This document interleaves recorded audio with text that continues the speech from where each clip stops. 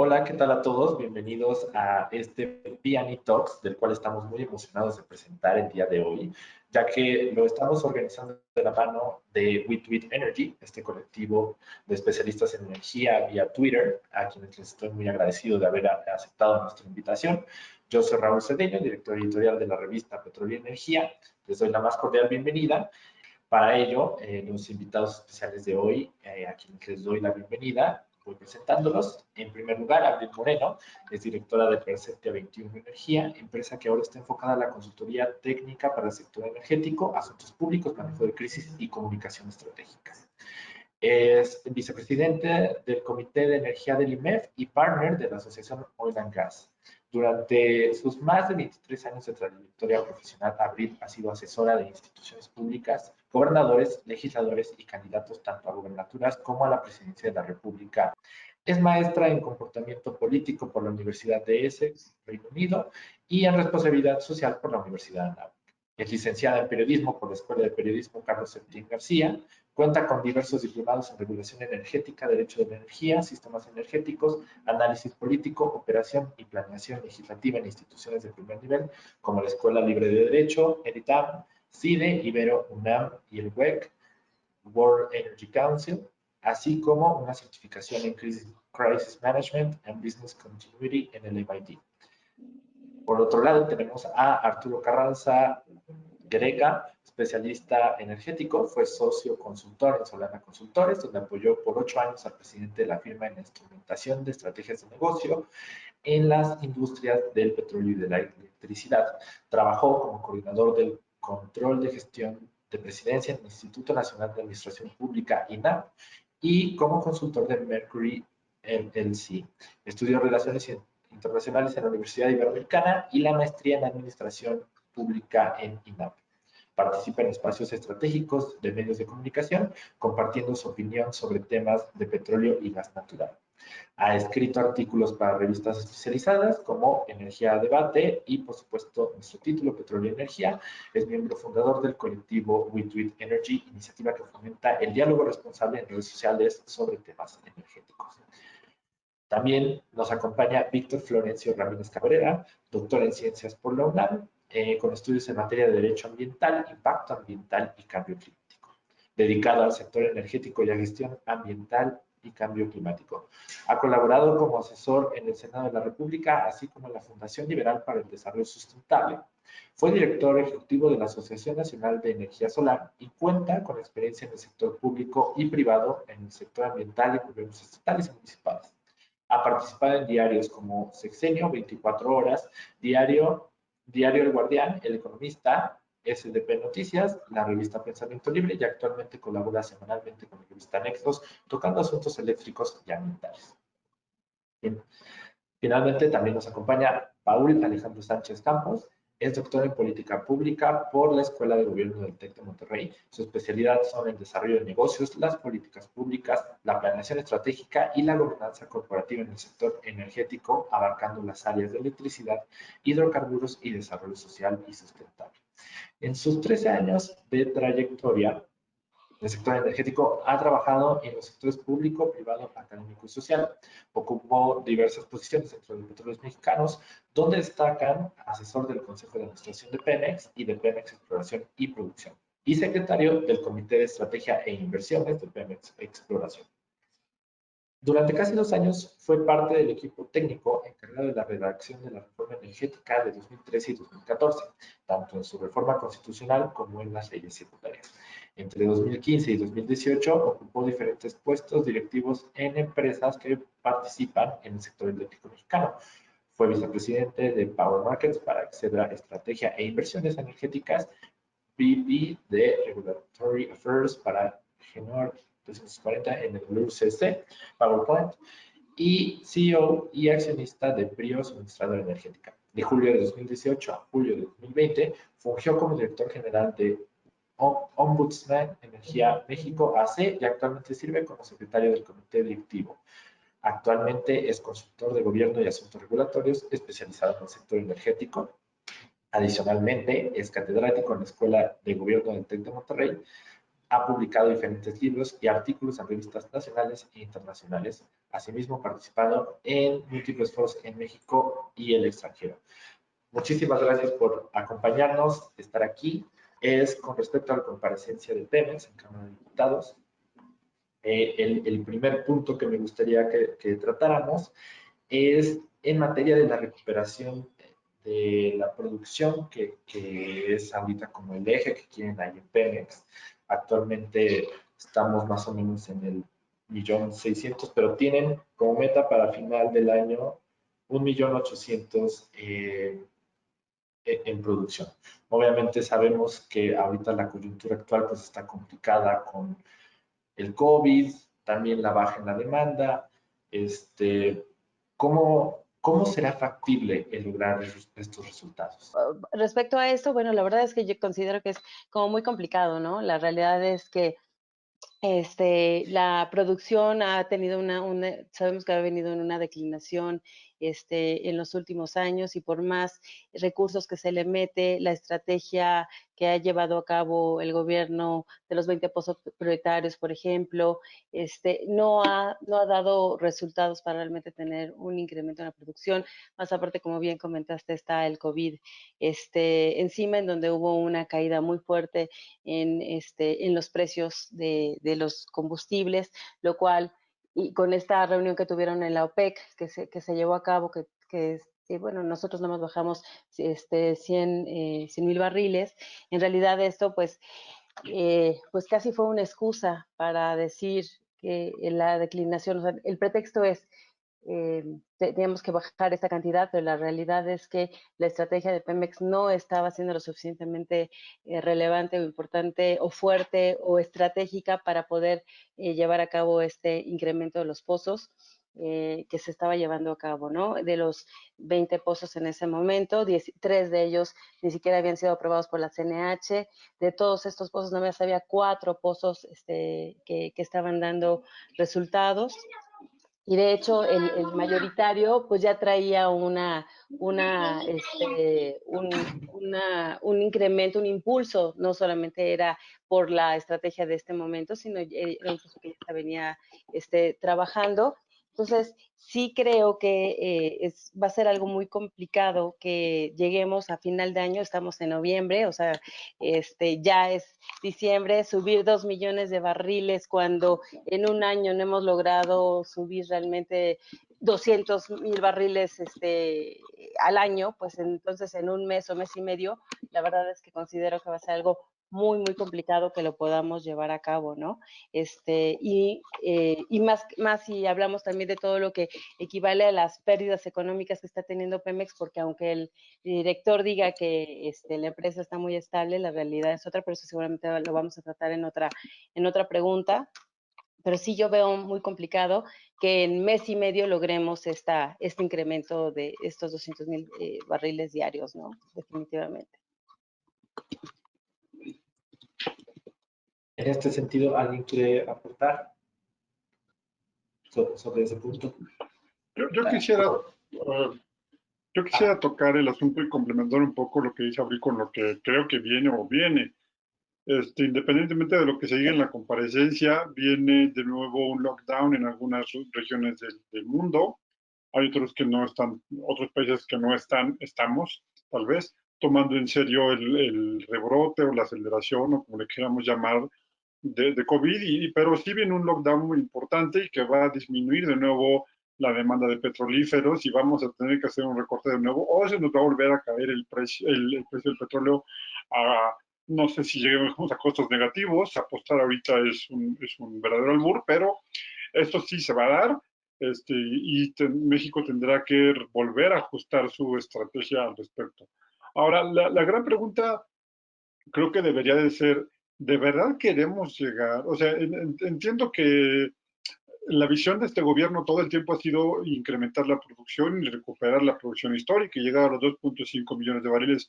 Mi pregunta es, ¿de verdad nos conviene? ¿De verdad lo queremos? ¿De verdad lo necesitamos? ¿O vamos a seguir produciendo, vamos a subir del 1.700.000 con pérdidas? ¿Y eso a quién le conviene? O sea, vamos a estar colocando el barril en $35 y produciendo 50, 60, porque recordemos que ahorita una buena parte del problema es que los campos terrestres fáciles o los campos incluso marinos fáciles se están acabando y tenemos que estar yendo a recuperación secundaria en algunos casos, que es más cara, o en otros casos a pozos que todavía no conocemos y que no sabemos cuál va a ser el costo de extracción. Entonces, yo me iría más por esa pregunta y entonces replantear.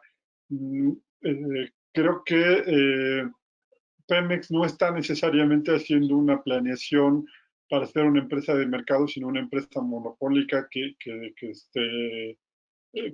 abastezca el mercado mexicano de combustibles, y tal vez en eso tendría su lógica. Yo creo que no es una lógica que nos permita ser más competitivos, ser un mejor país, pero pues, tal vez habría que entenderlo en ese aspecto, pero pues, sí estamos desentonando totalmente de lo que está sucediendo en el concepto internacional, ¿no? Sí, Arturo.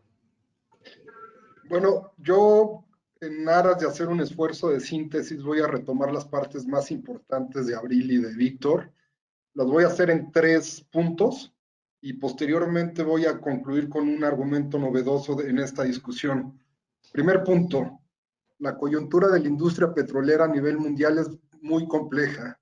La crisis que generó el COVID le ha dado al traste a muchos de los programas de inversión de las petroleras a nivel mundial. Eso ya lo comentó Abril. Segundo punto, la posición financiera y operativa de Petróleos Mexicanos en este momento no es la mejor. Inclusive venía arrastrando una situación financiera y operativa demasiado compleja en los últimos años. Tercer punto, Víctor plantea una pregunta central que tiene que ver con el hecho de que si nos conviene o no nos conviene fijarnos metas de producción tan ambiciosas como las que este gobierno se ha fijado. Cuarto punto, y en este doy un argumento nuevo. Yo creo que en esta pregunta que plantea Víctor, que es muy útil y pertinente reflexionar sobre el tema, creo que el hecho de que México hoy está atravesando una crisis económica y que parte de los ingresos públicos del gobierno, parte importante dependen de los ingresos petroleros, yo no le veo otra opción más que continuar con un programa serio, creíble, sustentable para incrementar la producción de petróleo. Pero en este sentido, y aquí es donde hago una diferenciación con respecto al gobierno, creo que el gobierno tiene que echar mano de lo que están haciendo los privados para complementar la producción de petróleos mexicanos. Petróleos Mexicanos no puede ser el único actor que contribuya a incrementar la producción de petróleo y no lo puede hacer, Raúl y amigos, porque el programa de desarrollo de campos prioritarios, como lo expuso el director de Petróleos Mexicanos en su comparecencia, está plagado de críticas técnicas muy concretas. Petróleos Mexicanos, en aras de alcanzar estas metas de producción de petróleo, tengo la impresión de que ha acelerado los trabajos de exploración, de desarrollo y de producción de petróleo, y lo han acelerado, y esto significa tener poco cuidado en el manejo de los campos prioritarios, inclusive de los campos que ya están produciendo, y podríamos estar presenciando hacia el futuro lo que vimos con Cantarell, que sobreexplotaron el yacimiento y nos acabamos un manto que era muy benéfico para el país. Eso sería todo. Ahora, en el sentido un poco de mayor largo plazo, justo en esta visión, ellos tienen para, según el reporte, para 2024, 2.3 millones de barriles. En este sentido, justo con la guerra de privados, ahí, ¿cuál sería el análisis también con miras a que esos grandes jugadores extranjeros justo están también dando ese cambio de timón, ¿no? O sea, tenemos reportes de BP, de varios de los grandes que están cambiando hacia otro tipo de fuentes de energía. ¿Cómo va a impactar eso justamente en la estrategia del gobierno en el plan energético de hidrocarburos? ¿Qué panoramas podríamos ver justo hacia 2024? Pues me gustaría tomar ahí la palabra para precisamente hacer un comentario bien interesante. Y lo voy a juntar con esta pregunta. El primero es, ¿qué están haciendo las empresas privadas? Y eso es importante, ver hacia dónde están tirando. ¿Por qué? Porque eso significa en meros términos numéricos y económicos que las empresas van a mirar, las grandes, a donde mayores retornos de inversión tengan por dólar invertido. Y claro, no deja de ser una industria que puede seguir manteniéndose durante tiempo, pero eso significa que van a ser pequeñas empresas más chiquitas, las que pueden participar en el sector porque esperan menores retornos o tienen algunas naturalezas o complejidades menos importantes. Pero algo importante que no estamos viendo, y aquí esta vez voy a cambiar, como dice Arturo, la dinámica, voy a decir otra cosa. Siempre hablamos de la IP y cómo deberían participar los privados, pero quizá el mensaje al gobierno es, ¿por qué no te fijas a ver qué están haciendo otros gobiernos? Los gobiernos que realmente han aumentado la producción petrolera no es con una sola empresa y no es con contratos incentivados. Es a través de rondas como Brasil, a través de cientos y miles de jugadores como en Estados Unidos con la revolución del shale, o en Ecopetrol, digamos, perdón, en Colombia, con las rondas y con una gobernanza corporativa más diligente en Ecopetrol, se logró salir, digamos, de esta curva de descendencia de recursos petroleros que estaba enfrentando el país. Entonces, los países exitosos realmente en aumentar de nuevo su producción no son aquellos que lo pueden hacer todo. ¿Por qué? Porque la complejidad, como decía Arturo, de ir desarrollando pequeños y medianos campos está aumentando. Y más cuando en algún momento estamos hablando ya no solo de quién se va a quedar con la renta petrolera, que esa es otra historia, sino qué vamos a hacer después. Estamos hablando de activos varados, que este petróleo que estamos sembrando ya no lo van a recoger ni siquiera las siguientes generaciones. Entonces, si queremos un Pemex, y eso siempre es algo que, y volviendo a la comparecencia, el director decía, es que vamos a aumentar la producción, y aquí hago énfasis en lo que decía Víctor, ¿y para qué? ¿Y por qué Pemex adicionalmente?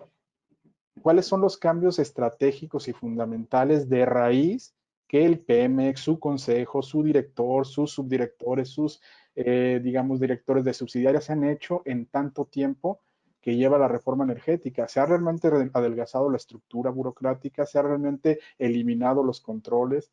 Entonces, y este es mi último comentario para cerrar este bloque, tenemos que pensar realmente como mexicanos dónde queremos o a dónde queremos que se vaya el dinero que produce Pemex.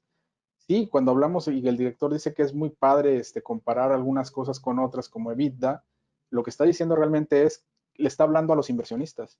Hey, puedo pagar pasivos. No le voy a dar dinero al Estado, no voy a maximizar las ganancias del Estado, pero te puedo pagar a ti pasivos.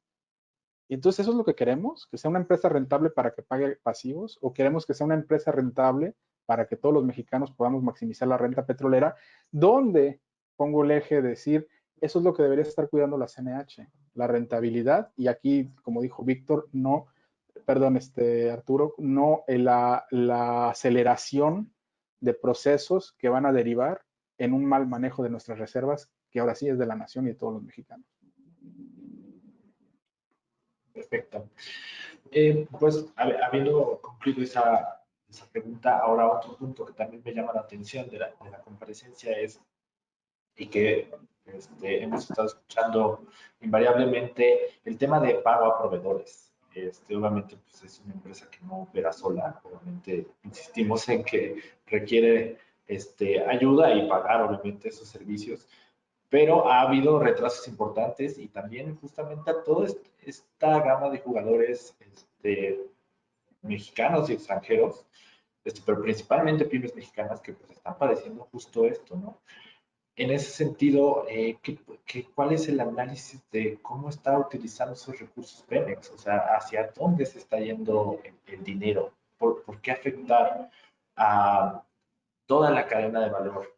Exactamente, ¿cuál sería el rumbo que ustedes analizan, está realizando la dirección en este sentido? Al decir que sí está al corriente, pero en papel, entre comillas, pero la realidad es otra una vez que hablas con los empresarios. Pero yo en este caso tengo un par de comentarios. Por principio de cuentas, creo que la cartera vencida con referencia al pago de proveedores es uno de los problemas financieros más importantes de la empresa, otra vez, que viene arrastrando desde hace tiempo. Mi crítica, Raúl, va en el sentido de que probablemente el monto de la cartera no sería tan alto si Petróleos Mexicanos orientara sus inversiones a las partes más estratégicas, cuando la petrolera tiene abiertos tantos frentes, es decir, cuando está invirtiendo en exploración y producción de hidrocarburos, cuando está invirtiendo en refinación, cuando está tratando de encontrarle una solución al tema petroquímico, pues de repente tienes tantos frentes abiertos y tienes que atender tantas necesidades que lo prioritario no encuentra una solución.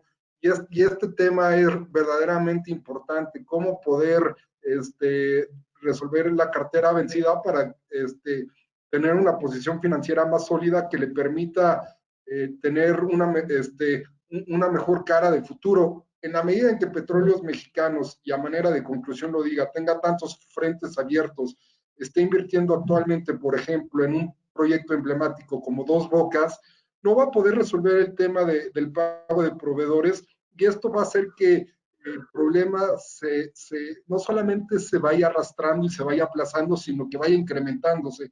Petróleos Mexicanos, lo han dicho las agencias calificadoras, tiene que invertir en las áreas más rentables de la industria petrolera, de suerte tal que le permite enfocar todas sus inversiones y resolver sus problemas financieros para que sea más rentable. Hay algo que me llama mucho la atención a mí, es sobre el asunto igual de los pendientes de pago. Una parte importante de la deuda que tiene CFE es con proveedores pequeños. ¿Y por qué luego resaltar esto? Porque parte del discurso ideológico de la soberanía energética ronda alrededor de darle empleo a los mexicanos y de mejorar la calidad de vida de los mexicanos. Y si tú lo que estás haciendo es empeorar tu condición de deuda con las pequeñas, medianas empresas mexicanas, finalmente lo que estás haciendo es un asunto de contradicción ideológica importante. O sea, la gran pregunta para mí, si fuera una pequeña o mediana empresa que trabaja Pemex, es, tú estás diciendo que la soberanía es para mejorarnos a nosotros, pero no nos estás pagando. Entonces hay una contradicción ideológica bastante importante y que creo que además le puede dar después dolores de cabeza a este gobierno o a Pemex, porque parte del capital político que pudiera tener Pemex en buena parte son las empresas contratadas, y aquí va a perder capital político, y esto no sé si no lo están viendo, no lo entienden, o están tan preocupados en Dos Bocas que esto pasa a segundo término, ¿no? Claro. Ahora, otro punto que también me gustaría abarcar es el tema de Huachicol.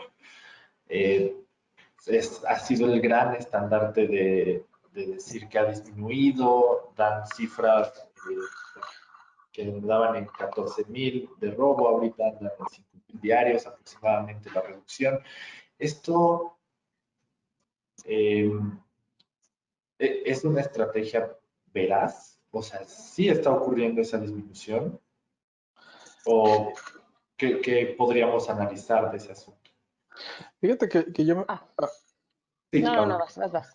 Yo me llevo una impresión muy interesante de este tema del huachicol, porque por mucho tiempo, o sea, comparemos las dos versiones, y por mucho tiempo nos dijeron que era un gran problema, que no se podía resolver de manera sencilla, que no era una cuestión de voluntad política, que teníamos que llegar hasta lo más bajo, digamos, de la base social que se beneficiaba del huachicol, que era un problema que causaba prácticamente unas pérdidas gigantescas en la empresa y que iban creciendo y a la larga nos iban a comer.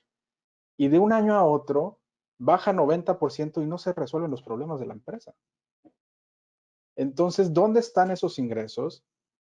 ¿Dónde está esa salud financiera? ¿Dónde está esa pérdida? ¿Cómo se está recuperando? O sea, ¿qué es lo que realmente está pasando? Y yo, más que una respuesta a tu pregunta, Raúl, coincido en el hecho de no queda claro qué pasó. Bajamos el huachicol al 90% y bajó el monto del robo, y de un día para otro separaron un concepto muy raro financiero que estaba dentro de otros conceptos, lo separaron y crearon el concepto robo, desvío de combustibles, Y ese es el que han estado midiendo sobre el tiempo, pero nosotros no sabemos cómo se medía antes y cómo se está midiendo ahora. Entonces, solamente lo dejo en ese sentido de decir, entonces no era tan complejo. Entonces las administraciones anteriores se validan la teoría de que realmente era un tema de voluntad política y se trataba de imponerlo y listo, se resolvió. O es más complejo de lo que se pensaban y realmente nada más estamos viendo cifras a modos. Esa es la pregunta que yo me haría también. Yo ahí lo que te comentaría es que, bueno, en realidad sí a favor de Pemex, sí creo que están intentando hacer un trabajo para frenar el huachicoleo. O sea, sí hay obras, sí hay proyectos en esta materia, para poderlo realizar. Pero también me parece que comentando lo que dice Paul, es un poco cuando llegó la 4T y decía el presidente López Obrador que toda la corrupción, que una vez que quitaran la corrupción del país, pues todos esos ahorros por parte de la corrupción, pues iban a tener, o sea, un tesoro enorme, ¿no? Para poder operar la administración pública y generar recursos para el país y hacer el desarrollo y el crecimiento, y de repente se dan cuenta que la realidad es diferente, o sea, que han atacado algo de la corrupción, pero que en realidad ese dinero no es lo que ellos pensaban que era, ¿no? O sea, lo mismo en esta cuestión del huachicol. O sea, posiblemente realmente hay una falta de transparencia para saber exactamente cuánto se ha reducido el huachicol, pero si tuviéramos los datos duros reales de cuánto es, pues lo más seguro es que este impacto de este número no es lo que ellos pensaban y que con esta reducción del huachicol pueden tener una operación mayor dentro de la empresa, ¿no? Entonces, me parece que va por ahí. Y parte de lo que dice Arturo, yo, o sea, sí lo quiero retomar, porque también es muy importante, que es de la pregunta anterior. Definitivamente las empresas, las grandes transnacionales, lo que les llaman las majors, han estado caminando hacia una transición energética y están empezando a adelgazar muchas de ellas sus estructuras. Y lo que no está haciendo Pemex es justamente adelgazarlas. Al contrario, o sea, al estar frenando todos los permisos, al estar frenando, se nos fue ¿quién? Víctor. Víctor. Se le cayó. El susto. Exacto. Al estar frenando toda la iniciativa privada, llámese en la parte de hidrocarburos, sí, en la parte de hidrocarburos o en la parte eléctrica, o sea, las empresas estatales no pueden solas, ¿no? Entonces, este freno está haciendo que ellos quieren tener todo el almacenamiento. Y tuvieron que hacer la modificación, por ejemplo, a la norma de almacenamiento para hacerlo a 5 días porque ellos no tienen la capacidad. Pero también están frenando los permisos para que haya mayor almacenamiento por parte de la iniciativa privada. Ellos quieren hacer todos. Ellos quieren ahora fortalecer a la cuestión de la refinación, ¿no? Porque quieren llegar a 1.200.000, creo que para el 2022. ¿Y qué es lo que está pasando? Que ahorita están en 600 millones de barriles, o sea, es casi inviable porque imagínate la cantidad de dinero que le tienen que invertir para toda la modernización, la reconfiguración, más Dos Bocas, que decían que eran 8,000 millones de dólares, y en realidad van a ser más de 14,000 millones de dólares. ¿De dónde van a sacar todo ese dinero, no? Entonces, realmente se convierte en algo muy inviable y en lugar de ser estratégicos, están siendo pues todo lo contrario, por tratar de este abanderamiento de la soberanía, de la soberanía energética, ¿no? Ellos quieren volver a hacer todo cuando las condiciones de las empresas, lamentablemente, y no es porque los mexicanos no queramos ver estas empresas fortalecidas, pero lamentablemente no están en las condiciones económicas y técnicas para hacer esos apalancamientos del desarrollo del país, ¿no? Claro. Que justo en ese punto, y justo recibiendo ahorita una pregunta de un usuario, pues mencionabas Dos Bocas, el gran estandarte de esta administración. Pero esta semana, y ya llevamos varios incidentes en el tema de inundaciones en la zona. Entonces, nuestro usuario pregunta, Dos Bocas inundado. ¿Qué mensaje estamos enviando a los inversionistas extranjeros? Y número dos, ya viene la fecha límite. ¿Ven realmente que arranque operaciones en 2022?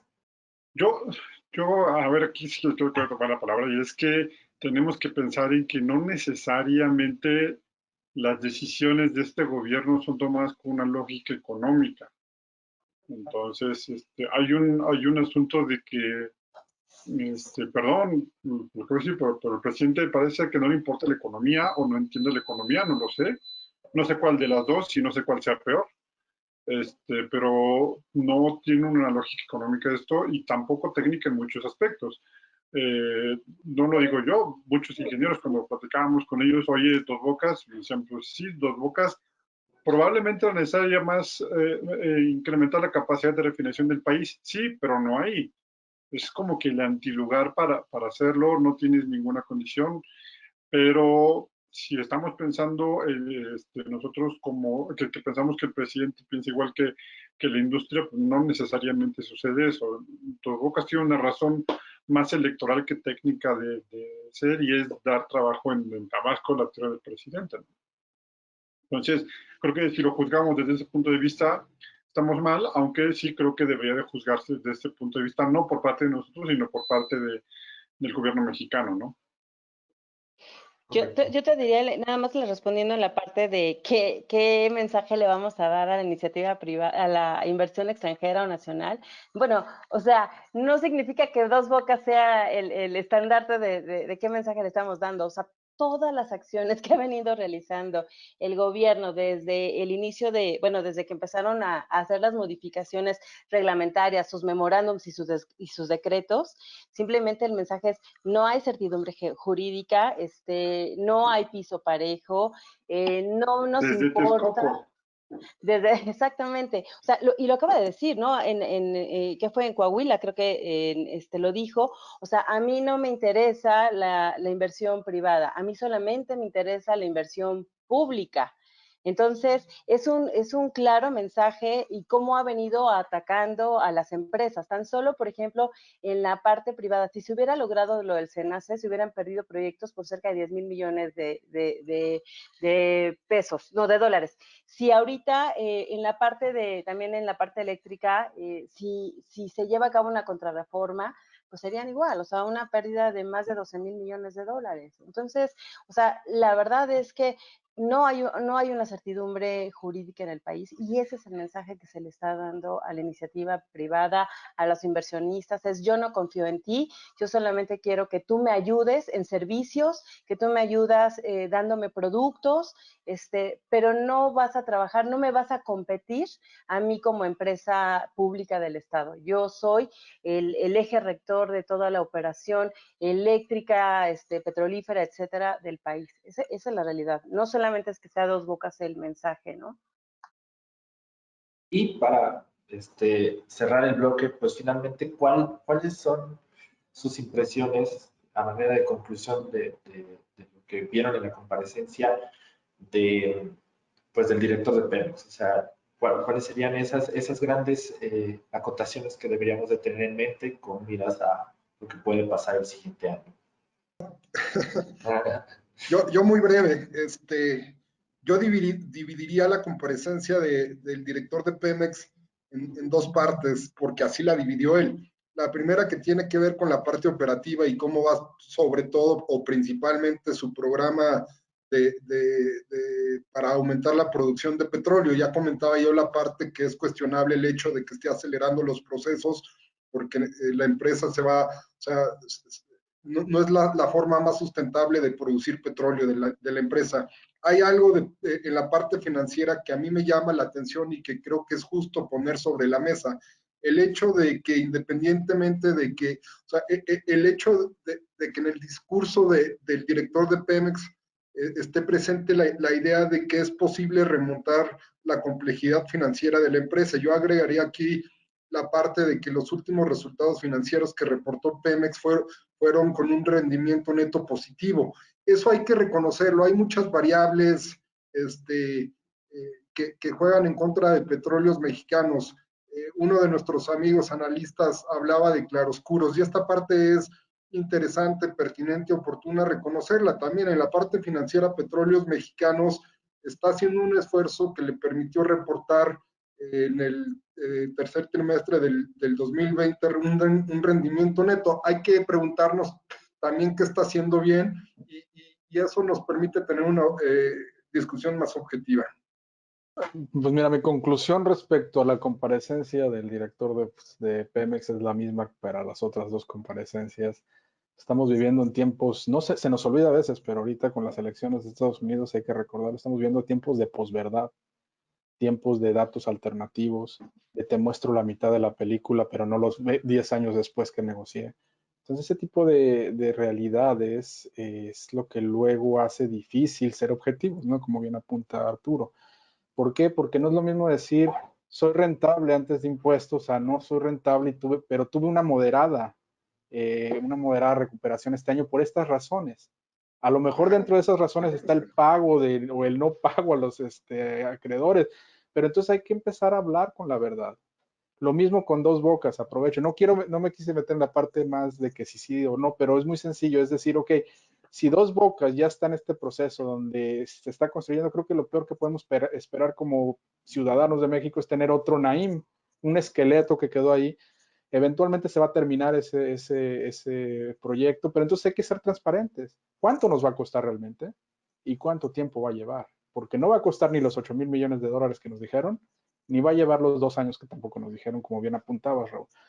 Y lo mismo, y ahorita lo vamos a tocar en CFE y con la Secretaría de Energía, pero lo mismo es, estamos viviendo en cuestiones de yo te presento los datos que considero adecuados y ahí es donde la labor que hacemos nosotros muchas veces es eso, es decir, a ver, ya te presentó el dato A, compáralo con el dato B.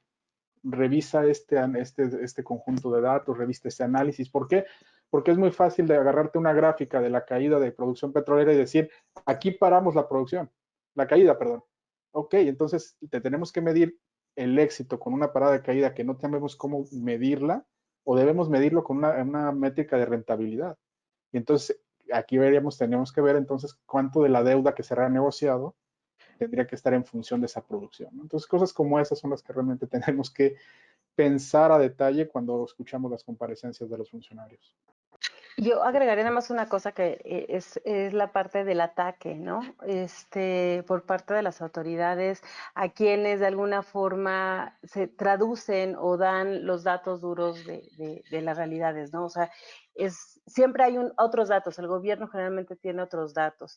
Y tenemos que partir y entender que si ellos tomaron una situación económica, financiera, operativa, compleja de estas EPs, de las empresas productivas del Estado, pues es lógico que tampoco van a hacer milagros y de la noche a la mañana no van a lograr un cambio operativo y financiero mágico, ¿no? Pero sí también deberían estar abiertos al diálogo, abiertos a la crítica objetiva, a quien les puedan aportar opiniones técnicas que puedan coadyuvar a que tengan una mejor operación, ¿no? Y sin embargo, lo que ellos hacen es todo aquel que critique o hable mal de su proyecto o de otros datos que ellos no están manejando, entonces son mentirosos, es una campaña en contra del Estado, etcétera. Que sí, muchos de nosotros hay que reconocer, no estamos a favor de regresar a estas empresas monopólicas, al estatismo, o sea que estamos a favor del libre mercado, pero creo también que es muy importante que haya un punto medio y que haya un balance. Entonces, considero que estas acusaciones, estos señalamientos por parte de los funcionarios a todo aquel que esté en contra me parece también, pues, muy triste, ¿no? Que no haya esta apertura para poder trabajar en conjunto, expertos, iniciativa privada, organizaciones sociales, el gobierno, sea la definición de gobierno que ellos quieran tener, porque es muy válido que ellos que cada gobierno tenga su visión y su enfoque, pero también siempre en el marco de la ley, ¿no? Y eso es lo que ahorita, que el sector más golpeado ahorita ha sido el eléctrico y vamos a platicar sobre eso, es donde más violaciones al marco legal y a la Constitución ha habido en este momento, ¿no? Entonces, eso es parte de lo que quisiera comentar. Correcto. Pues de hecho, vamos a movernos de una vez al tema de CFE, ya que estamos ahí midiendo los tiempos. Justo arranquemos por esa parte de mis primeras primer punto que quería tocar en el tema de CFE, la gran nota, fue el tema de la revisión a esos contratos leoninos. Por cobros mayores a la CFE en la adquisición de energía. Número uno, obviamente, cómo afecta al sector eléctrico en este sentido, dado que pues, ellos tienen ahí el 84%, me parece. Entonces, dicen que ellos producen 54 y privados el resto. ¿Qué mensaje da y qué entorno pone para el desarrollo del sector en este sentido? Dado que ellos son el eje principal para esta administración. Debo de empezar dudando de las cifras. Yo no sé de dónde salió el 54-46.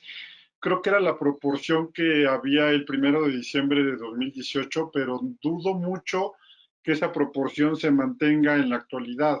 Tan solo todos los proyectos que entraron de subastas de energía eléctrica de largo plazo el año pasado y este año debieron haber movido la balanza hacia el sector privado de manera importante. Digo, no digo que hayan entrado de todos los proyectos de la tercera subasta, pero entraron proyectos de la primera, de la segunda y ya también de la tercera subasta este año.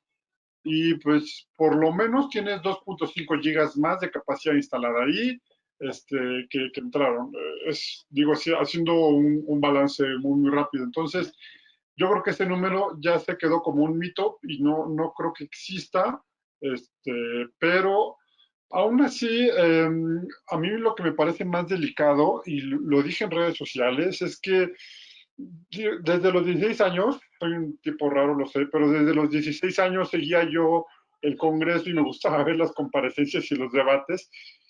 Y era muy común que vieras falacias, verdades a medias, que evitaran una pregunta o que la respondieran dándole 1000 vueltas a la pregunta, o sea, no responderla, pero nunca había yo visto que se declararan mentiras abiertas como en algunas de las comparecencias, y no voy a decir nombres, pero van a quedar claros.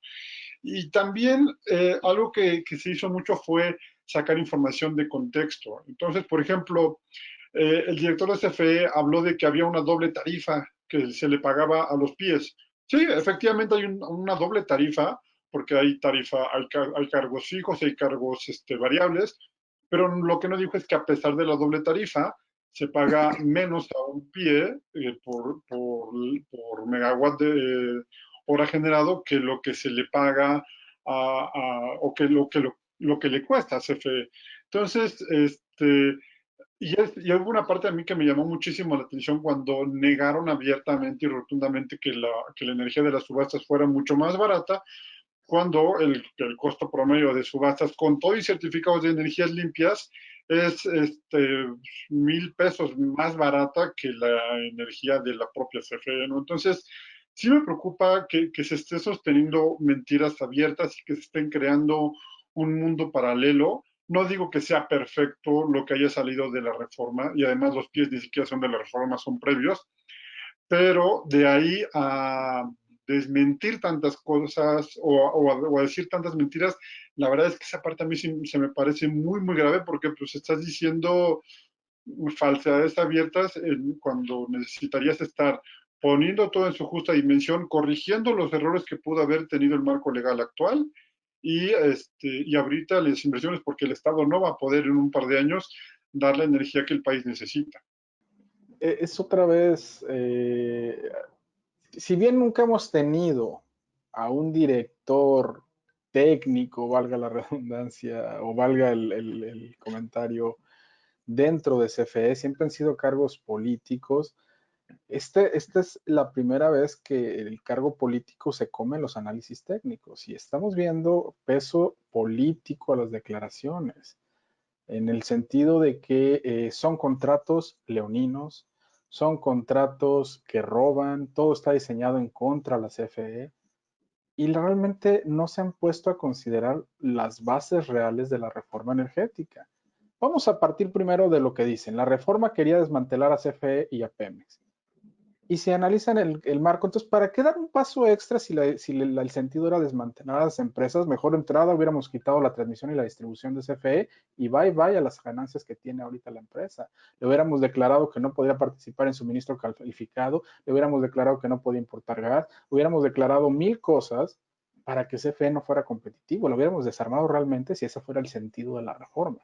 El sentido de la reforma fue crear una CFE fuerte, que tuviera un consejo de administración sólido, fuerte, que pudiera ser realmente el área suprema para contestar las decisiones del director, y eso no está pasando. ¿Por qué? Porque el director pone en la mesa que hay contratos leoninos y que hay que revisarlos y terminamos renegociando a un BPN mucho más alto en 35 años que lo que teníamos en 25. Y luego dice que las tarifas son malas para CFE y terminamos teniendo problemas. ¿Por qué? Porque está metiendo en la misma canasta generadores de subasta que sí pagan tarifa, con generadores de autoabasto que sí pagan tarifa, con maquiladores que le venden a CFE para que él pague la tarifa. Entonces, si no se entienden las bases del sector eléctrico y no se van a atender las áreas técnicas, perdón, pero estamos perdiendo una gran área de oportunidad en este país. Y te lo voy a poner muy sencillo con el tema de las hidroeléctricas. Todo lo que se dice en hidroeléctricas son falacias. No se puede generar más electricidad de hidroeléctricas sin considerar las razones técnicas de la hidro. Muy sencillo. El agua no es de CFE. El agua, en final de cuentas, el administrador supremo del agua en México se llama Conagua y hay muchos usuarios del agua.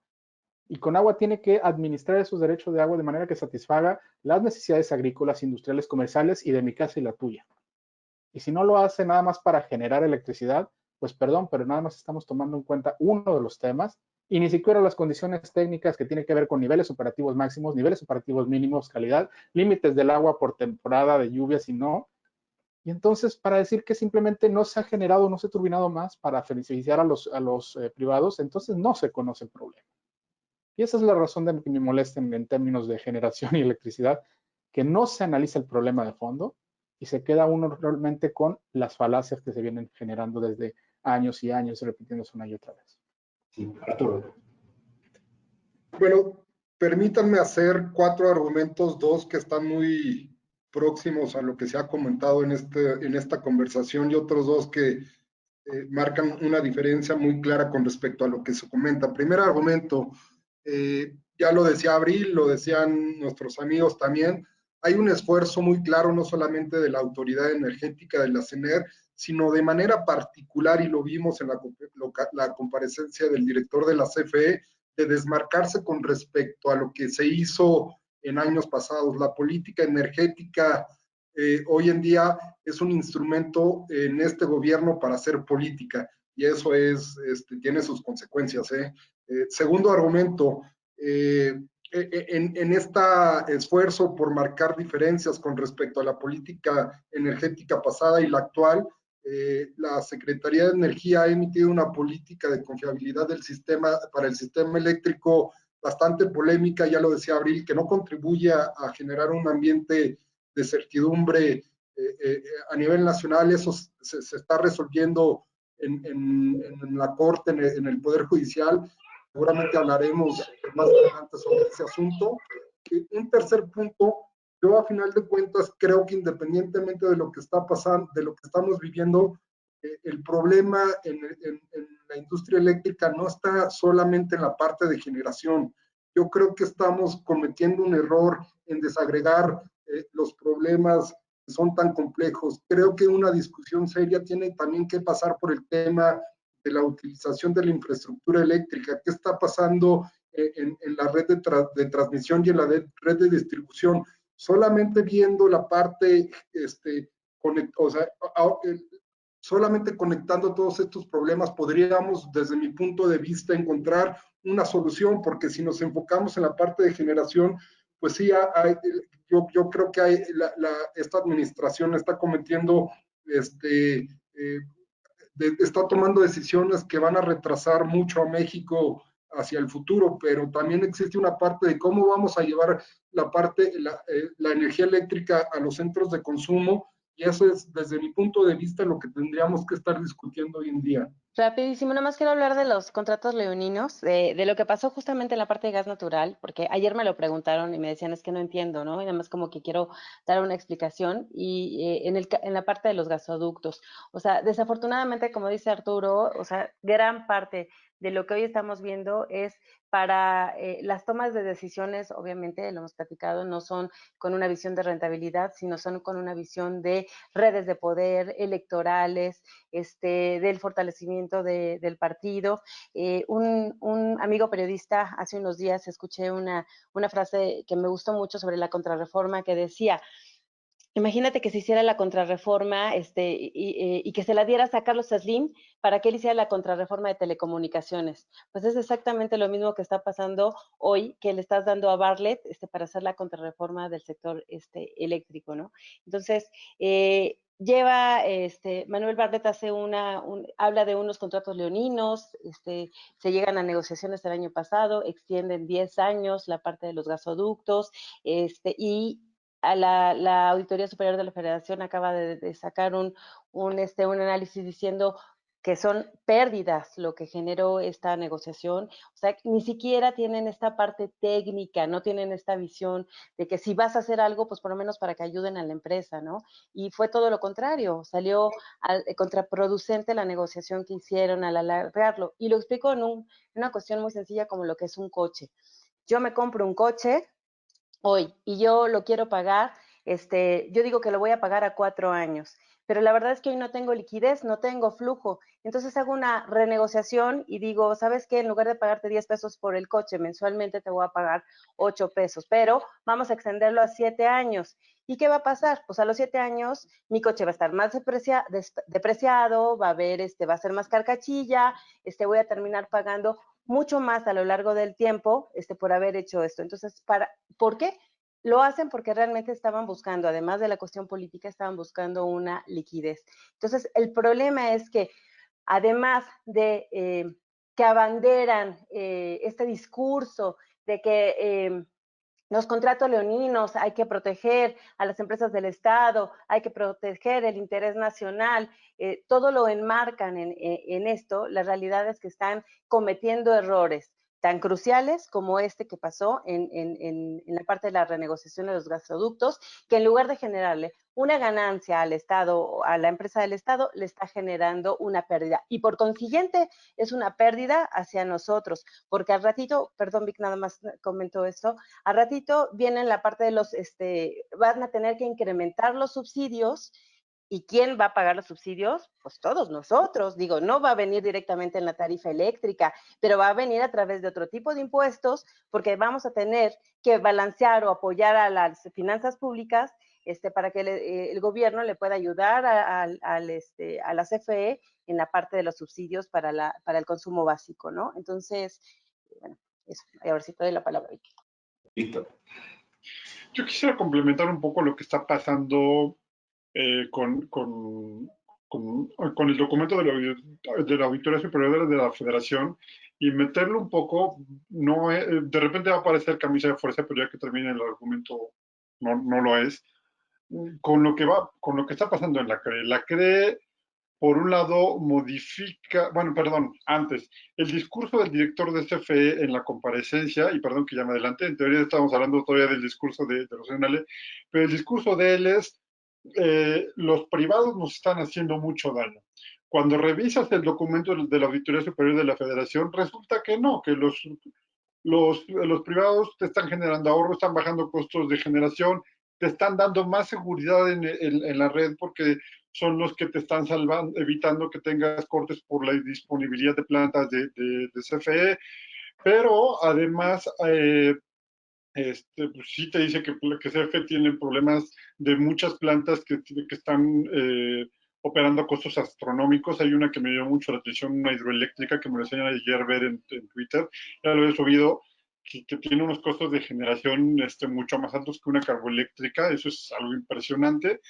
Pero además de esa parte, cómo esto le está funcionando, la inversión privada le está funcionando a CFE es algo muy, muy bonito, porque La CRE está haciendo ahorita una modificación de la metodología de cálculo de la tarifa de suministro básico. En español, ¿qué es lo que está sucediendo? El costo de la energía en la red está bajando por la razón que quieras y mandes. Y para bajar el costo de la energía en la red, pero le cambian la forma de calcular la tarifa a CFE para que CFE mantenga la tarifa y pierda menos o necesite menos subsidios. Entonces, están aprovechando algo que les dejó la reforma, están aprovechando los beneficios del sector privado. Y qué bueno sería que dijeran, ¿sabes qué? Esto me está ayudando a dejar de perder dinero o a ganar más o a dejar de depender del subsidio, aprovechémoslo. Pero por encima de eso se está yendo la razón ideológica de no, a mí no me gusta, no sé si hay algún asunto personal ahí, y esto lo comento al final de mi columna de mañana, y perdón por el gol, pero el actual director de CFE demandó los pies, metió una controversia constitucional y en su momento la perdió, y ahora parece ser que sigue en esa guerra contra ellos, a pesar de que en realidad esta metodología es la que le está generando ahorros y mejorando incluso la situación financiera de CFE. Y sin embargo, nomás una cuestión que se me olvidó de la parte de los subsidios, perdón, pero tan solo este año, en los primeros meses de este año, Hacienda destinó más de 61%, o sea, 61% más de los recursos para subsidios para la Comisión Federal de Electricidad. O sea, se incrementó de 26,043 millones de pesos a 42,000 millones. Y todavía estaban requiriendo más. Entonces, ¿cuál va a ser? O sea, es un barril sin fondo nuevamente. ¿Y quién va a pagar? Tú, Raúl, Paul, Arturo, Víctor y todos los que nos están escuchando. Eso es lo que va a pasar. No, nada más quería como dar ese dato de la cuestión de los... Claro. No, ahora también, justo dentro de más o menos ese punto, otro de los puntos que me llamó la atención fue ahí un poco el arranque que tuvo con, bueno, no arranque, pero bueno, digamos, con Enrique Ochoa sobre el paquete económico, de decir que les redujeron el presupuesto. ¿Cómo podía ser posible? ¿Y qué ven ustedes? O sea, en efecto, ¿daña sus estrategias o es, como dices, barril sin fondo? Una empresa cualquiera, incluyendo CFE, es una empresa racional. En términos de economía, cualquiera va a pedir más dinero. O sea, eso no es criticable. O sea, pueden hacer su luchita. Todas las áreas de gobierno quieren que les aumenten el presupuesto. Eso es normal. Aquí el tema son los límites, los controles y la rentabilidad. No se nos puede olvidar, por más que quiera el director de CFE decirlo, que la empresa no es una empresa de servicio social y vocación social, aunque ahora sí lo dicen los anuncios de CFE. La empresa se creó, en la EPE se creó en 2015 para ser una empresa que genere valor para la nación. Y si no genera valor para la nación, entonces solamente se va a dedicar a la vocación social. Entonces es muy fácil pedir nada más una creciente cantidad de presupuesto anualizada que se va a una caja negra. Es más fácil pedirle una caja negra que rendirle cuentas a los clientes. Entonces, si tuviéramos realmente que hacer competir a CFE y que no pidiera presupuesto nada más o que garantizara la solicitud de ese presupuesto con una realidad, es decir, ¿qué hacen otros gobiernos? No te doy dinero, te doy un bono del gobierno. Me lo tienes que pagar tu CFE y es una deuda, digamos, semipública o algo así, pero no es dinero nada más gratuito para ayudártelo. Y eso lo que ha impedido es que podamos transparentar el subsidio, optimizar el subsidio, eficientar el subsidio. Una cosa que a mí me generó tristeza realmente, y en esta ocasión sí me voy a poner del lado de CFE, pero me generó tristeza el nivel de debate de muchos de los diputados porque eran, señor, en Joaquín de las Peras y las Manzanas necesitamos que le bajen a la electricidad, que nos den más subsidio. Entonces, el subsidio en México se ha convertido en una estrategia de control político. En ningún otro país, bueno, en un mercado abierto, el subsidio no puede ser por una cuestión climática nada más, sino por condiciones socioeconómicas. Finalmente, tú, yo y todos somos libres de movernos en la medida que podamos de ciudad. Pero claro, si tengo un problema de no movilidad social, que eso es lo que analiza el Coneval, entonces, claro, bueno, te voy a dar subsidios por ciertas razones, a lo mejor calor, frío, eficiencia energética, si mejoras tus condiciones y ponemos unos panelitos, pero la realidad es que ahorita simplemente dame dinero por no subsidio, insuficiencia presupuestaria, es decir, cobro menos de lo que debería cobrar. Y por eso me genera más y no le puedo pagar a mis generadoras, que son más ineficientes. Eso es lo que dijo la Auditoría Superior de la Federación. Si todas las generadoras de CFE fueran privadas o subastas, el precio de la generación no fuera 2.3, sino 1.8 y por lo tanto no necesitaría subsidio. Esa es la realidad que estamos viendo en cuanto a transferencias del gobierno. También el tema de generación y vías renovables, pues es el gran eh, bloque que no se quiere abordar, ¿no? Este tema de la transición energética y sobre todo se da en el sector eléctrico, ¿no? Ahí, ¿qué panorama ven en materia de cumplimiento de nuestros acuerdos y también, por supuesto, pues con vías a un poco ahorita con la elección presidencial, que ya sabemos quién será, pero bueno, de ser un caso azul, pues viene con una agenda mucho más ambiciosa y pues ahí hay compromisos, ¿no? En ese sentido, ¿qué panorama ven para CFE en ello? Yo me iría antes de la elección.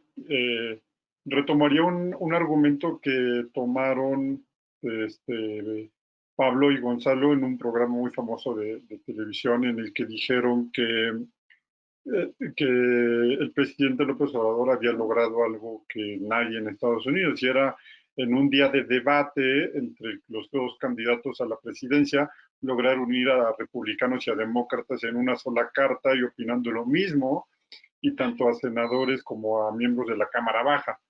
Entonces, yo creo que el asunto tendrá que ir cambiando. México tendrá que empezar a sopesar. Antes de eso, ya hay dos amparos. Hay un amparo en contra de la primero del acuerdo del SENACE, y hay otro en contra de la política de confiabilidad de CENER, pero también se tendrán que ir juzgando estas acciones en el marco del Tratado de Libre Comercio, y que aunque el presidente diga que solamente hay una parte del artículo, el apartado 8, la verdad es que hay mucho más y es un asunto de mucha transversalidad, que no es necesariamente económica, pero sí es de tipo comercial.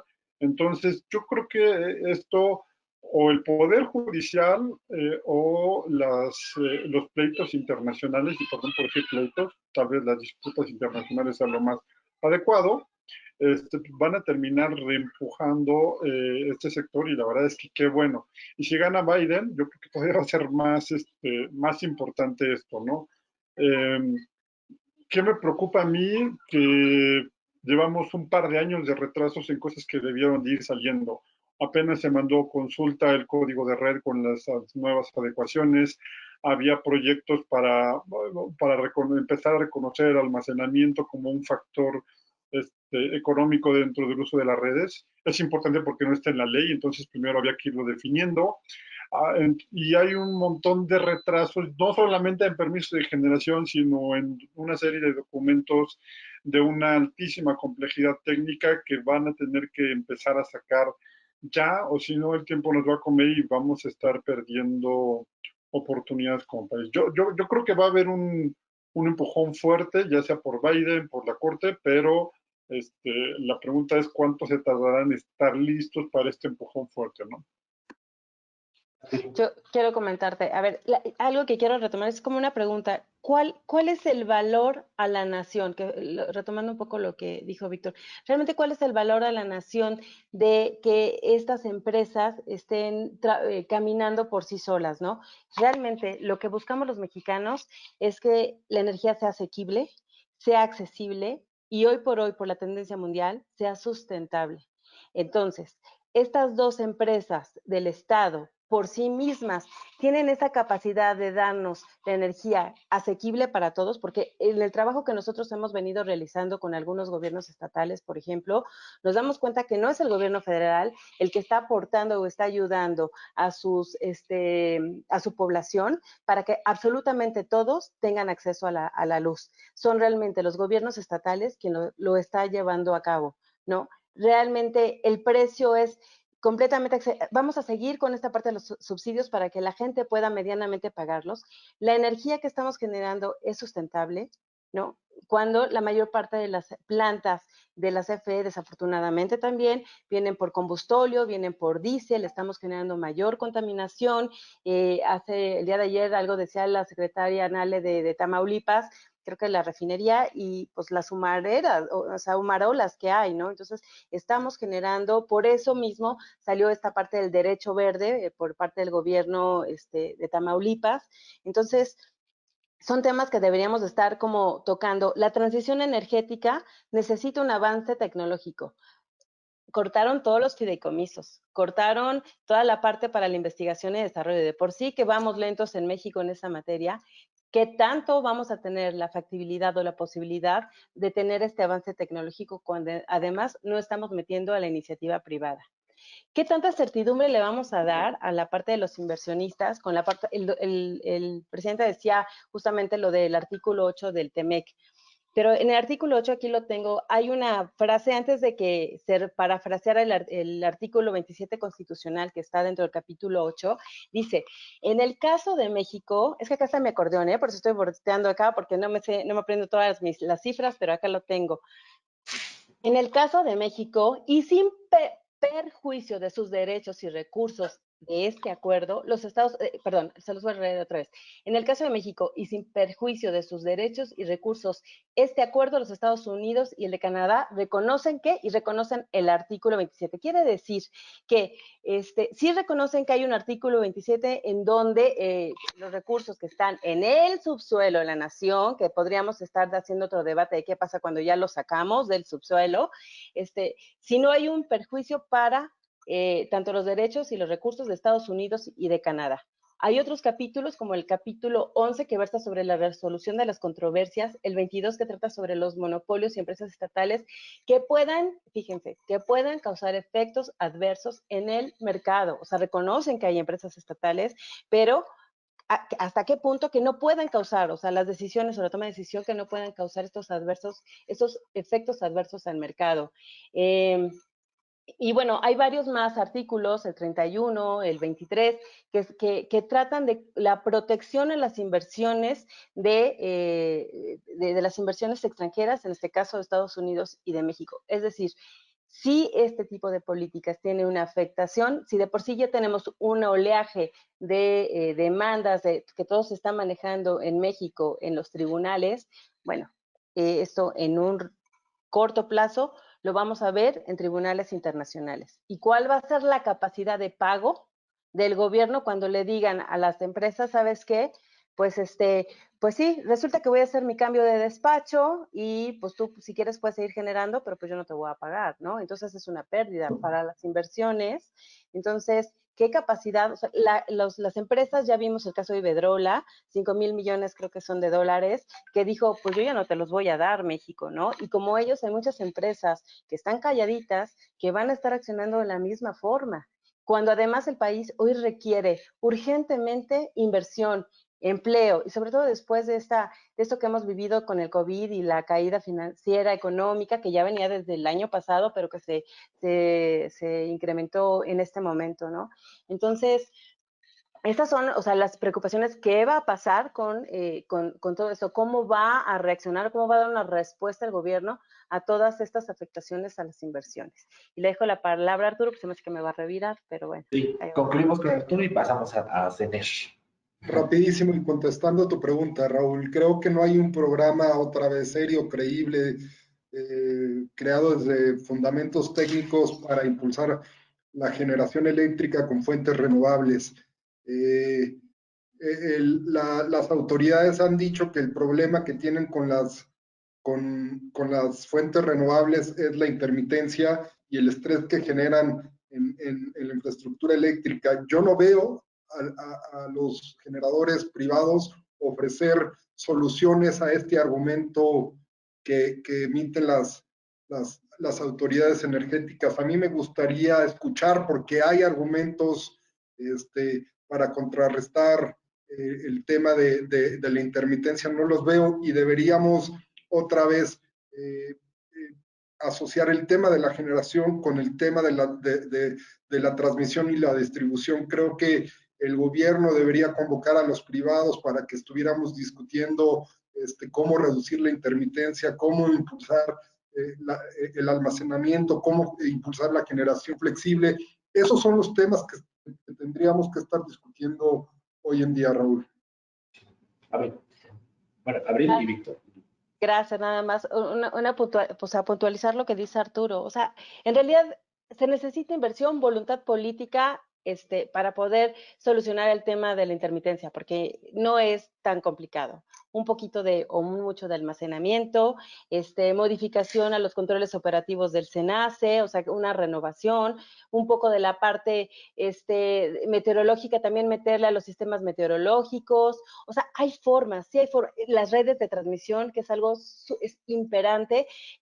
A lo mejor habría que cambiar el esquema, pero pues que se piense y que se diga. A lo mejor no es una línea que atraviese media república, a lo mejor vamos a tenerlo que hacer por regiones, no lo sé, habría que pensar la forma, cuál sería la mejor forma para generar esta transmisión, pero la transmisión no lo han querido hacer, ¿por qué? Porque a quien le beneficia más en este momento es al privado que tiene las renovables más que a la CFE, ¿no? Entonces, si hubiera voluntad política, la parte de la intermitencia no tendría o tendría muy pocos problemas, y no sería un concepto clave dentro de un acuerdo de política de confiabilidad del gobierno, ¿no? Entonces, nada más es que me gustó el tema. Sí, sí. Víctor. Es igual, y voy básicamente a complementar lo que dicen Arturo y Abril. O sea, herramientas hay. Hay subastas, en las subastas de largo plazo te permiten hacer contratos de potencia, se puede licitar potencia. El Estado tiene herramientas para licitar líneas de transmisión que también disminuyan el impacto de la intermitencia que sí existe y que no se puede negar. O sea, herramientas hay. A mí la parte que se me hace más lamentable es que, bueno, dos, una, quiero también echarle porras a lo que dijo Paul, me pareció lamentable. Creo que fueron más de 20 diputados los que subieron a hablar en la comparecencia del director de CFE. Dos hablaron de subastas y los 18 restantes, o fueron los que alcancé a contar porque me tuve que salir en algún momento, los 18 restantes hablaron de subsidios y de bajar tarifas. O sea, pues ahí la oposición tampoco está ayudando mucho. Y la otra sí, ahí las herramientas, y en lugar de estar discutiendo cómo mejorar las herramientas o cómo mejorar las condiciones en las que podemos usar las herramientas para disminuir los problemas, estamos peleándonos con que si las renovables son o no intermitentes. O sea, eso el mundo ya lo superó, ya sabe que existen, ahora se trata de cómo lo vamos a solucionar y ahí están las herramientas, ¿no? Fíjate, sí, adelante. Mira, luego yo creo que ya estamos entrando un poquito con esto. Yo creo que se puede hacer un vínculo bien interesante con uno de los comentarios que hizo la secretaria de Energía respecto a este tema de la política, que es las energías renovables son caras, intermitentes y ya hay una cantidad grande de energía instalada. Por lo tanto, debemos ordenar y vamos a parar los permisos. Fíjate, quiero hacer énfasis en lo importante, primero que nada, en lo primero que es, debemos pensar como país en por qué queremos comparecencias.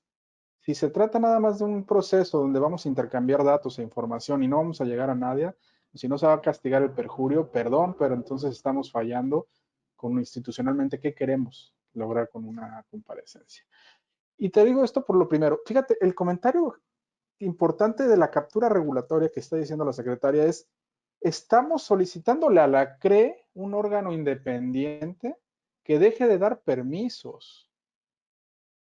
¿Y por qué es importante esto? Porque la ley es muy clara y hay una tesis de la Suprema Corte de Justicia de la Nación que dice que el otorgar un permiso no es arbitrario. Si yo cumplo con toda la cadena que me pide, no puede de manera arbitraria decirme a la CRE, búscale la manera para decirle que no. Y la manera en que entorpecen la entrega de permisos es brutal. Hay permisos que no se están dando simplemente porque los pueden mantener y mantener. Y los que están desahogando es porque hay una presión de alguna corte que dice, ahí ya te pasaste, y salen y dicen negativo, sin fundar ni motivar. Entonces, si yo cumplo con todas las características que me pide la CRE, y ahorita voy a cerrar un comentario que a lo mejor no le va a gustar a Víctor, pero ahí va. Si yo cumplo con todas las características que le gusta, lo que me pide la CRE no tiene ningún argumento para negarme un permiso. porque estamos compitiendo. Y Víctor siempre hace este énfasis de las tortillerías, es decir, si yo quiero poner una tortillería enfrente de mi cuate que está en mi casa, también tiene su tortillería, y con eso bajamos los dos a los precios, pues esa es mi responsabilidad. Yo estoy tratando de competir con la tortillería de enfrente. Pero ¿qué crees? Normalmente hacer esto, y esto es lo que quiero, el énfasis que quiero decir, es contraproducente. Competir en el mismo espacio donde los dos le van a bajar la energía, el precio de la energía, pues eso es una responsabilidad de las empresas que van a meter su plan de negocio en el punto dado. No es responsabilidad del gobierno. Y te digo que es contraproducente tratar de regular eso por una razón. Porque son ellos mismos los que se bajan el precio. Y no hay ningún inversionista en el mundo que quiera decir, pon una planta solar que se va a desplomar el precio en algún punto del día. En el lugar más específico del país, en el norte donde hay sol, no están poniendo, no se ponen más si el límite marginal de lo que pueden ganar ya está comprometido. Entonces, seamos serios. Si estamos compitiendo, las redes, hay un principio general y básico que se llama principio de acceso abierto no indebidamente discriminatorio, que significa muy sencillo, que es tú y yo competimos por la red a ver quién tiene el precio más barato. Tú y yo vamos a sentarnos y vamos a estar frente de la caseta de la carretera del Sol a Acapulco y vamos a decirle, la caseta solo va a dejar pasar al que pague el precio más alto. Tú y yo competimos y subastamos y vamos a decidir, y si tú me ganas por 10 pesos y yo digo, sabes que yo ya no puedo pagar más, tú pasas primero. Y me dice, y eso se cierra la caseta y me dicen, oye, ya no puedes pasar porque se llenó. Bueno, no es mi culpa, no es tu culpa. La red también tiene un proceso de competencia. Y hay un principio que no se puede violar con la política de despacho, que es, no puedes decirme que no me puedo conectar donde yo quiera conectar.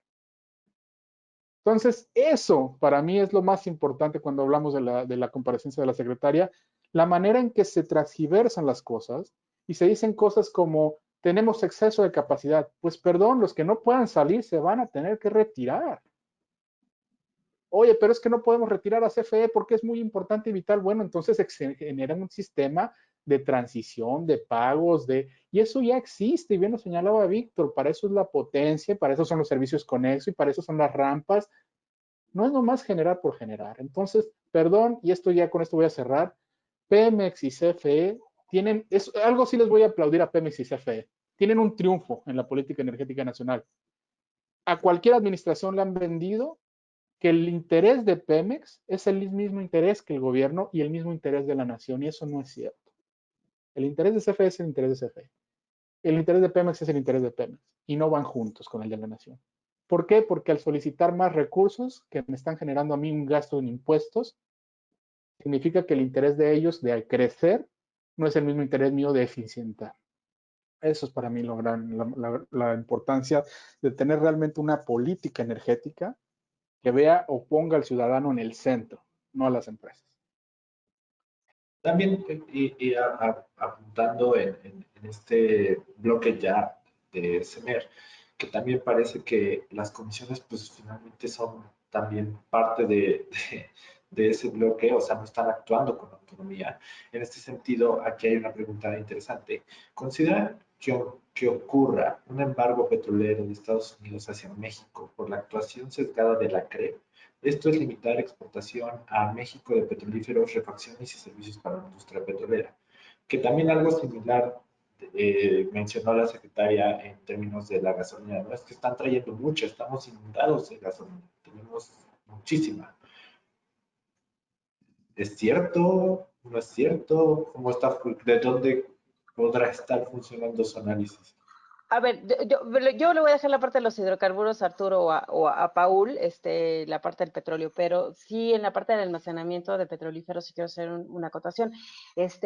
Ella, por la cuestión de almacenamiento, ella misma permitió que sí, hace unos meses hubo un exceso de importación de petrolíferos en el país, más lo que, como ellos dicen, más la producción que Pemex produce, ¿no? Entonces, y no había forma de tener ese almacenamiento y lo vivimos, o sea, hasta en el mar se estaba tratando de guardar, ¿no? O sea, sí fue una realidad en ese sentido, pero más creo, y por ahí tengo unas tablas que con mucho gusto después se las voy a presentar, que es un tema de un error, de una medición de un punto fino por parte de las autoridades energéticas en el país, ¿no?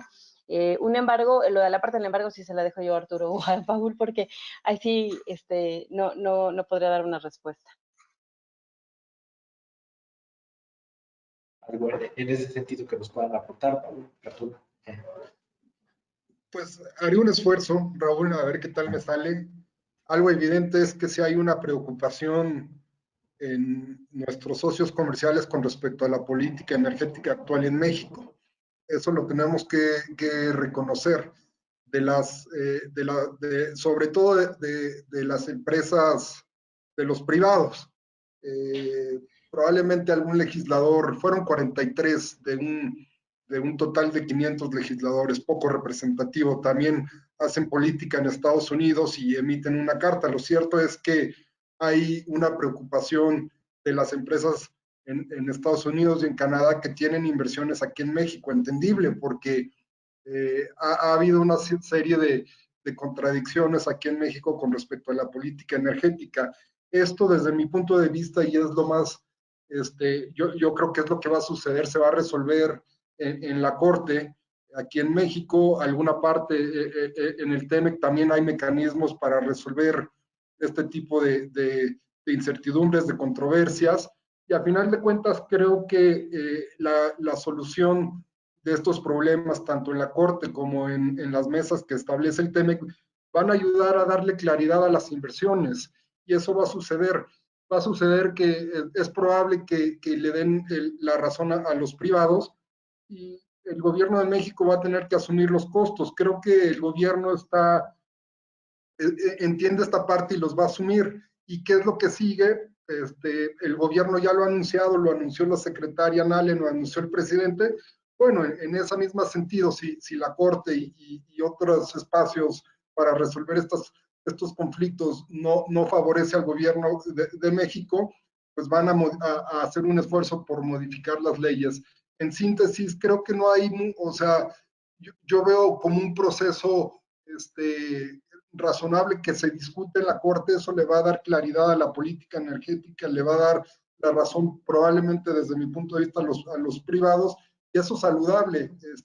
Tenemos que entender entonces ahora cuáles van a ser los siguientes espacios de discusión en el sentido de modificaciones legislativas, y eso es algo muy interesante que vamos a estar viendo. Probablemente lleve algún riesgo la modificación al marco jurídico. Yo he hablado con Abril que también existe alguna oportunidad porque todo marco jurídico es perfectible. En ese sentido, creo que es lo que también vale la pena discutir.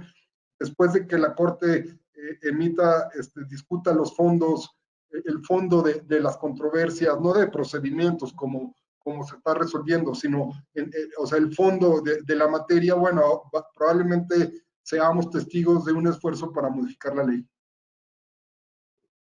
Pues justo y ya cerrando nuestra conversación, ese sería el punto a tomar en el cambio del marco jurídico.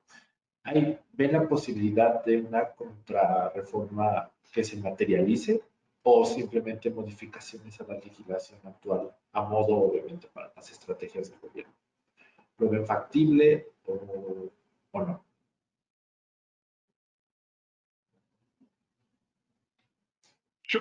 Pablo. Fíjate que uno de los temas que siempre comento yo en el tema de la reforma energética es que se nos olvida que realmente tanto lo que pasó con el gobierno del presidente Peña como lo que pudiera pasar en el gobierno del presidente Andrés Manuel López Obrador son situaciones extraordinarias muy difíciles de volver a ocurrir en el futuro. ¿Y por qué les digo lo siguiente? Para que haya una contrarreforma energética y que pase, digamos, como se espera una planadora, significa que para volverla a echar para atrás en algún momento dado, tendrías que tener otra planadora u otro pacto por México. Dejemos los calificativos ahorita por de fuera, en los dos lados. O sea, reformar la Constitución de largo alcance como se hizo en su momento en 2013-14 y como se pretende hacer ahorita en 2021, es de un tamaño que con lo que salga nos vamos a quedar por mucho tiempo. Porque yo sí veo un país dividido en fuerzas políticas por bastante tiempo. Y eso pasó echó para abajo la reforma de Zedillo, la reforma de Fox, limitó la reforma de Calderón y apenas se pusieron de acuerdo en 2014. Entonces, ¿y por qué estoy haciendo énfasis en esto? Porque es el punto que va a construir el futuro energético de este país. Y es lo que va a condenar a este país a vivir en una autarquía energética que ni siquiera Corea del Norte y Cuba están siguiendo en este momento. Es más, Venezuela quiere vender más petróleo y estamos pensando cómo no vender tanto petróleo, o sea, cómo no exportar petróleo desde México. Estamos siguiendo una lógica que ningún país del mundo está siguiendo. Entonces, en ese sentido, quiero decir, si es viable la contrarreforma, que ahorita lo digan aquí mis compañeros, no lo sé, pero no creo que sea la manera más sana de desarrollar un marco legal. Eso sí nos condenaría a tener una autarquía, no estar pensando en el futuro, ni siquiera ya ver las renovables, el hidrógeno o cómo transitar hacia una economía más justa. Y sin duda esto va a tener un problema de pérdida de competitividad, de empleos y, perdón, vamos a ser más pobres, porque eso no está alineado al desarrollo. Abril. No iba Vic, si quieren me espero para que Vic hable, ¿no? Ya fue. Ok, gracias Vic. Gracias Raúl. Mira, yo te pondría esto, tampoco estoy muy clara si se va a lograr o no se va a lograr, pero yo te pondría 4 posibles barreras de por qué no el efecto de por qué no podría llegarse a dar una contrarreforma. Una, me voy por la parte internacional, lo que sucedió ayer, que fueron las elecciones en Estados Unidos. O sea, no sé qué tanto, no puedo decir en porcentajes cuál va a ser el impacto si gana Biden o si gana Trump, pero sí las políticas energéticas de cada uno en principio son muy diferentes, ¿no? Entonces, Biden se va por la transición energética, por las energías limpias, y sabemos que siempre lo que pasa en Estados Unidos pues tiene una repercusión con México, ¿no? Entonces, esto sería un factor, una variable que podría a lo mejor frenar o limitar un poco una contrarreforma constitucional, ¿no? En México. Otro factor que veo es el tema de la cuestión electoral, bueno, el próximo año, el 2021. Dos de las razones por las que hoy el presidente no ha llevado a puerto una reforma constitucional, uno es por su parte electoral, su promesa de campaña que dijo que antes de su tercer año de campaña él no iba a hacer una reforma constitucional. Ok, pero la segunda y creo que más importante es que necesita creo que tres cuartas partes más uno, una cosa así, del Senado, lo cual en este momento él no lo tiene de esa forma. Entonces sería como muy complicado que la pudiera llegar a hacer. Para el siguiente año, que van a ser las elecciones, él necesitaría, en las legislaturas locales, de 32 legislaturas, necesita 17 legislaturas. Entonces, vamos a ver, si hacemos un análisis de cómo están, hoy Coahuila e Hidalgo ya quedaron en manos del PRI, 2 legislaturas menos. Ahorita no he podido, está un poco complicado porque lo he estado tratando de analizar. Cuando te metes a las legislaturas locales no está muy claro cuáles son de Morena, pero andan entre 17 y 19. Me parece que deben de tener ahorita como cerca de 17. Sabemos que hay una declinación, sobre todo a nivel estatal, o sea, ha bajado, la palabra no es declinación, ha bajado un poco la preferencia electoral, sin embargo, ahorita tienen 3 partidos satelitales que acaban de ganar registro, que van a estar en favor de ellos, más el PT y PBM, que puede darle, o sea, no van a volver a tener una mayoría como la que tenían, o sea, per se como Morena, pero sí, a través de todos estos partidos van a tener una fuerza. Pero lo que trato de decir es que se necesita dos terceras partes del Congreso de la Unión, Cámara de Diputados y Senadores, más uno, más las legislaturas. Entonces, es un escenario complicado a nivel legislativo que realmente se logre, como lo que pasó con el Pacto de México, que realmente tengan la fuerza para poder llegar a hacer esta reforma constitucional integral, ¿no? La tercera que te podría poner es el tema de las controversias internacionales, ¿no? Las demandas, todos los litigios que van a haber, porque nuevamente vamos al tema de cuánto dinero va a estar dispuesto, bueno, cuánto dinero va a poder pagar el gobierno para poder llevar a cabo esto. Entonces, son una serie de variables, me parece, que van a complicar un terreno de una reforma constitucional integral. Sin embargo, también te digo que continuar en como están ahorita, o sea, que están al margen de la ley, también es muy complicado, porque hoy por hoy, por eso COFECE ha interpuesto ya las controversias, porque están violando los artículos de competencia de la Constitución, y más de la ley de competencia, y entonces vamos a seguir en tribunales. Entonces, es un freno completo al desarrollo, al crecimiento del país, a la innovación, ¿no? Entonces, me parece que es algo complicado que se lleve a cabo esta intención del presidente de hacer una reforma constitucional, pero seguir en estas también es complicado. Gracias, Víctor. Bueno, yo creo que hay que hacer una revisión primero de qué es lo que necesitan. Hicieron una modificación reglamentaria y hay 2 amparos. Entonces, la regulación reglamentaria, el cambio reglamentario no es suficiente y ya la Corte lo dijo, ¿no? Es ilegal. Cambias la ley, tienes el 50% más 1, lo tienen por ahí en ambas cámaras. Sí, el problema es que cambiar la ley como tú la quieres cambiar o como le sirve a tu proyecto, no solamente va en contra de la ley, sino que si cambia la ley va en contra de la Constitución. Entonces, sí o sí, para hacer lo que ellos quieren, requieren modificar la Constitución. Pero además se va a volver, a mí no me gusta hablar de una nueva reforma y siempre, ayer justo la excomisionada Monserrat Ramírez me dice, ya no hables de reformas, pero sí hay que tocar el tema. ¿Qué va a pasar si hay una contrarreforma?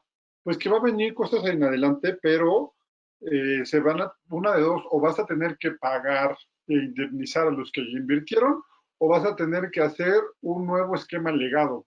Y el nuevo esquema legado va a ser algo súper cotorro, porque vas a decir, ok, te doy el orden de despacho a ti, pero también voy a meter a CFE, entonces, ¿a cuál de los dos le voy a hacer caso? ¿A cuál de los dos le voy a dar prioridad?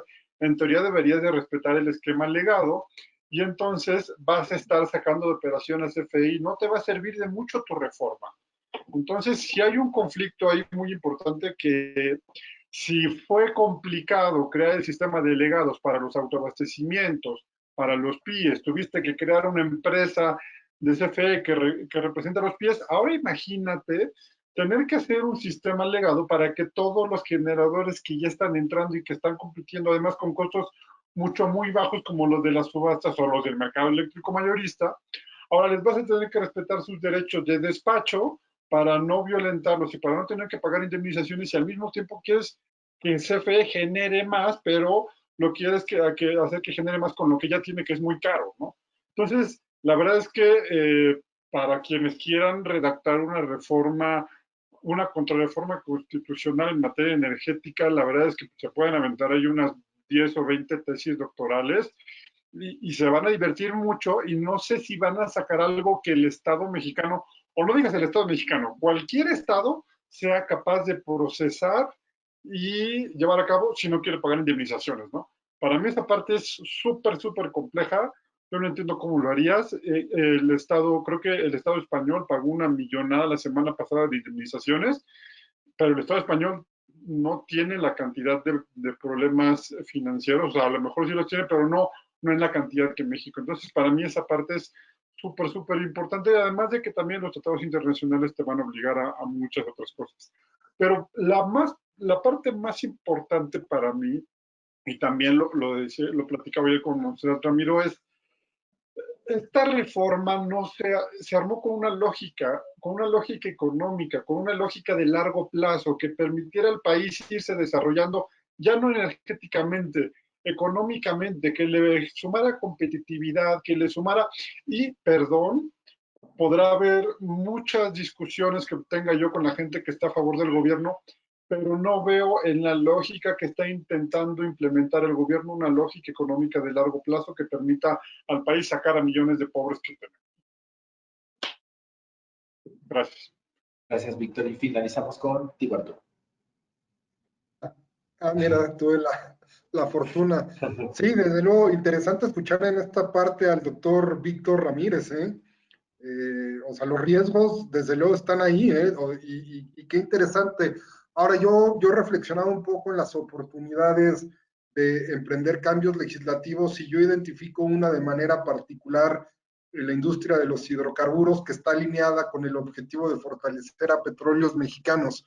En el proceso legislativo 2013-2014 se discutió sobre los farm outs, las alianzas entre Pemex y privados, y Pemex abogaba para que tuviera la libertad de seleccionar a la empresa privada para que desarrollaran en conjunto actividades de exploración y producción. A final de cuentas, en la ley de los hidrocarburos quedó que sería la Comisión Nacional de Hidrocarburos la encargada de llevar el proceso para seleccionar a la empresa privada que iría en asociación con Pemex. Creo que de manera particular esta es una oportunidad para permitirle a Pemex en aras de ser más flexible y tener más rapidez de seleccionar a una empresa que vaya en asociación con la petrolera para realizar actividades de exploración y producción. Es decir, yo reconozco en síntesis que hay riesgos muy importantes que ya los dijo Víctor, pero también hay oportunidades que podemos identificar y que están alineadas con los objetivos de esta administración y que también pueden estar alineadas con lo que se ha planteado anteriormente. Sí, Paul. Brevemente y nada más para hacer un comentario. Yo estoy de acuerdo con lo que dice Arturo, si se elimina el concepto de asignaciones y ya no se pueden otorgar nuevas. Ese fue el énfasis. Imagínate ahorita que están entregando solo asignaciones sin rondas y que Pemex pueda elegir al socio. Eso es lo que se trataba. No fue tanto de no dejarlo, sino que se pudiera bloquear la puerta de solamente asignaciones más Pemex escoge el socio. Ahora que no hay rondas petroleras y que solo hay asignaciones, creo que es válido que se haya establecido esa prevención. Si se eliminan la asignación y se dice lo que dice el comisionado Pimentel, de simplemente son en casos extraordinarios, entonces con todo gusto que Pemex elija como cualquier otra compañía su socio. Si no es así, entonces creo que esa previsión tiene una lógica y se ha cumplido en este caso. Perfecto. Pues hemos llegado al final de esta larga conversación, pero sin duda, pues con bastantes puntos y ejes a considerar. Tendremos que ver cómo se desarrolla la situación, pero pues bueno, como todo en el periodismo, esto todavía no acaba, continuará. Y pues de nuevo agradecer a WITWIT Energy, Abril, Paul, Arturo, Víctor, mil gracias por estar aquí con nosotros, por compartir, por el acceso y poder compartir con nuestra audiencia esto. Los invitamos evidentemente a seguirlos vía Twitter, WITWIT Energy, y nos vemos en nuestro próximo P&E Talks. Muchísimas gracias a todos por estar aquí. Nos vemos en la próxima edición. Mil gracias.